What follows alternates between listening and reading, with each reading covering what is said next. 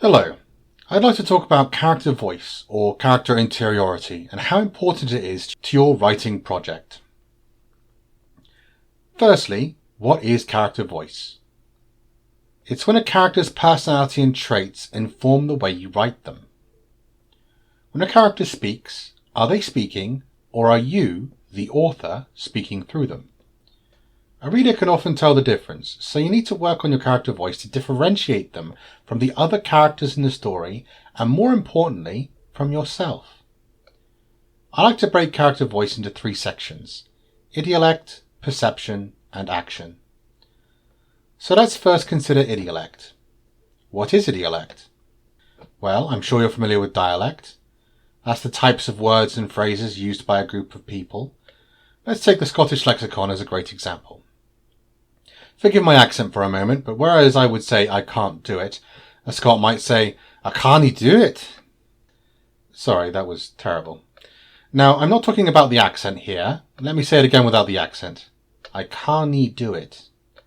The can't is a common colloquial of the Scottish dialect, which hits the ear just right with a proper accent, although you will have to speak to a proper Scot for a good example. So that's an example of dialect. Now, an idiolect are the words and phrases an individual uses that everyone understands as part of the language, but aren't necessarily used all that often. You use them because you like them. A personal example would be that I often struggle with conversations. So if someone says something and I know they're expecting a response and I don't know what to say, I'll say, jolly good. It's an acknowledgement and it's not dismissive, so it gets me by. It's an important part of my idiolect, and I don't know anyone else that uses the phrase. You'll also see this in some actors. What does Owen Wilson do when he needs to improv? Wow. Wow. Oh, wow. Oh, wow. Wow. Wow. Of course, I'm not just talking about catchphrases and one-liners. Let me give you a better example. Let's say a character is looking sad. How does your character address that? Do they say, are you all right? Is everything okay? Is something awry? Or perhaps simply, you good? Or maybe they'll take a different approach entirely and just tell them to smile. Don't worry, loves. What kind of words and phrases does your character specifically use? Of course, you don't want to be repeating yourself too much, but seeing that repetition from one character exclusively, even if it's only once per chapter or every few pages, will really help craft your character's personality. Ay, caramba! Idly hope. Excellent.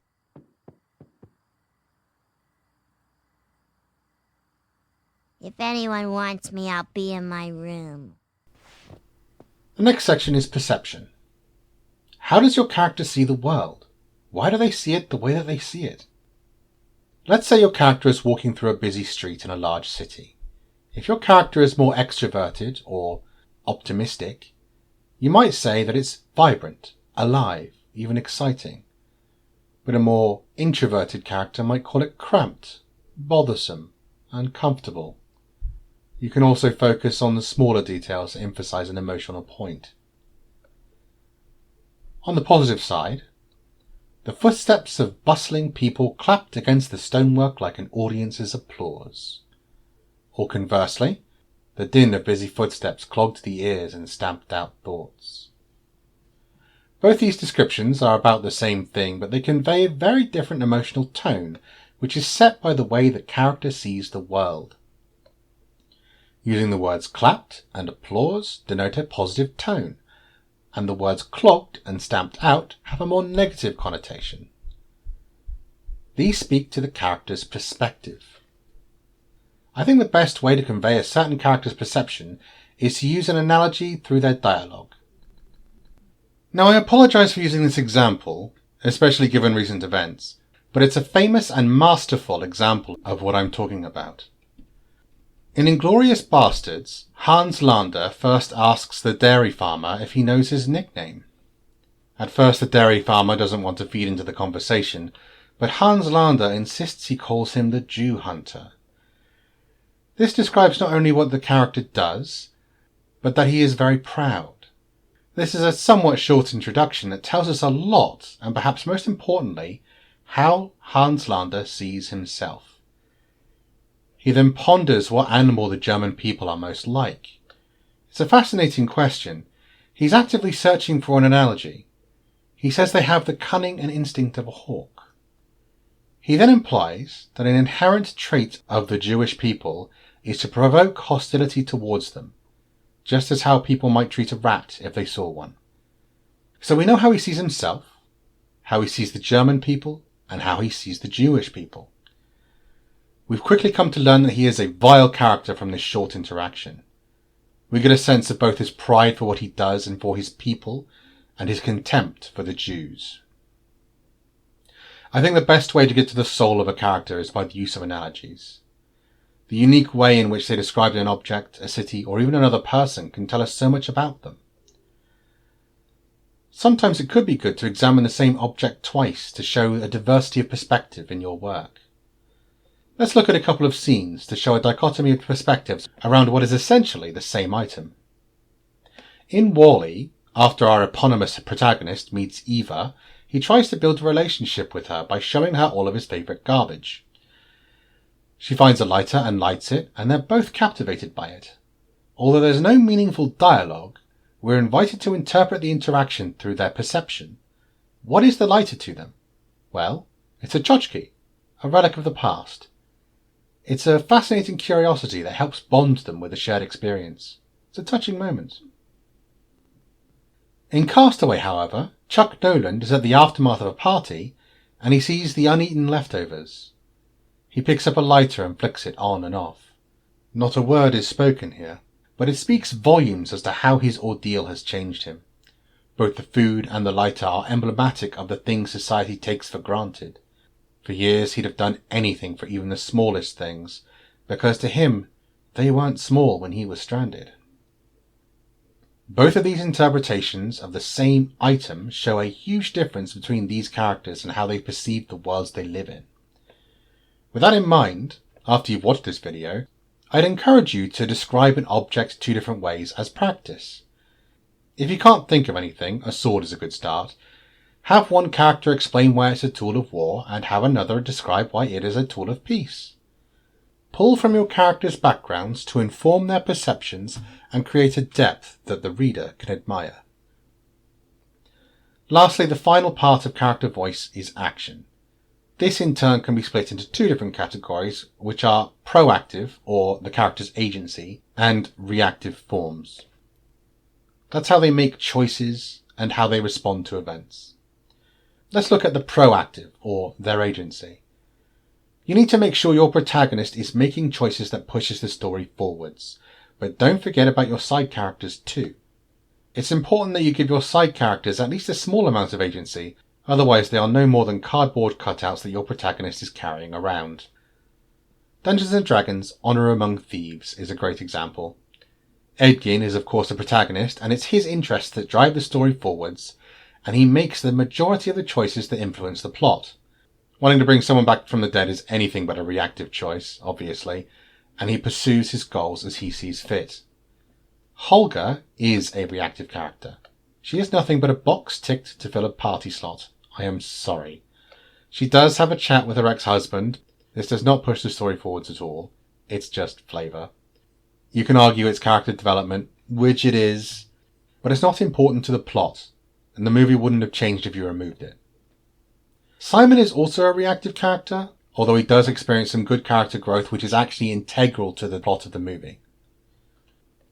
However, Doric has 2 points of agency in the movie that are brilliant. First, when the party has a plan to sneak into the vault using a portal on a picture, the plan fails when the picture is laid flat on the floor. Edgin exercises his agency to change the plan.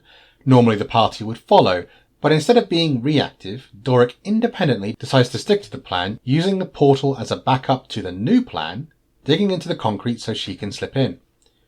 When the twist comes and the vault is only a decoy, this choice moves the story forwards. It is a powerful choice, and it's great to see a female side character doing something like this. But that's not all.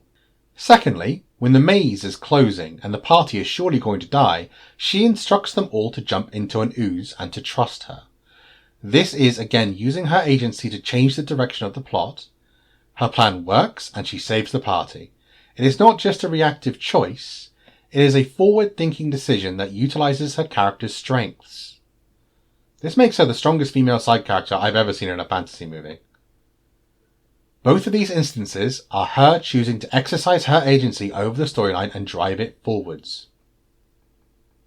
Now, as I said, having a character make active choices where you can is generally preferable, but there are times when things just happen and your character needs to respond.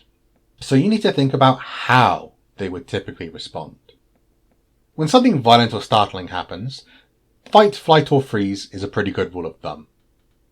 When a threat looms, are they Rorschach from Watchmen, the masked vigilante who strikes fear into the heart of every criminal? Or are they Rincewind from Terry Pratchett's Colour of Magic, who is a cowardly wizard, that's wizard with 2 Z's, who runs away from all conflict and is a master at surviving no matter the odds? And violence aside, how would they respond if their ego was challenged, or to a romantic advance, or the sight of a picturesque sunrise? Draw from their experiences and perceptions and derive their reactions. Of course, as part of your character's arc, you can start with one response and change that response to the same or similar stimuli over the course of the story to show their growth. But you need to be aware of how they will react to a large variety of situations. So in closing, utilizing the notions of idiolect, perception, and how your character exercises their agency and responds to situations is how you can craft the perfect character voice. Thank you very much for watching the video. I have 3 more things to say before I leave you. Firstly, I have a Kickstarter for my trading card game Conflict of Dreams coming up this September. Click on the link in the description and click the notify button, so it will let you know when the project goes live. Secondly, you can join my newsletter so you can find out whenever I release a new video, or if you want updates on my other projects. Lastly, this is Jim. Jim is a lycanthrope who is a scribe that works on a submarine. For short, he is a lichen subscribe. So yeah, for more facts about Jim, like and subscribe. Thank you very much.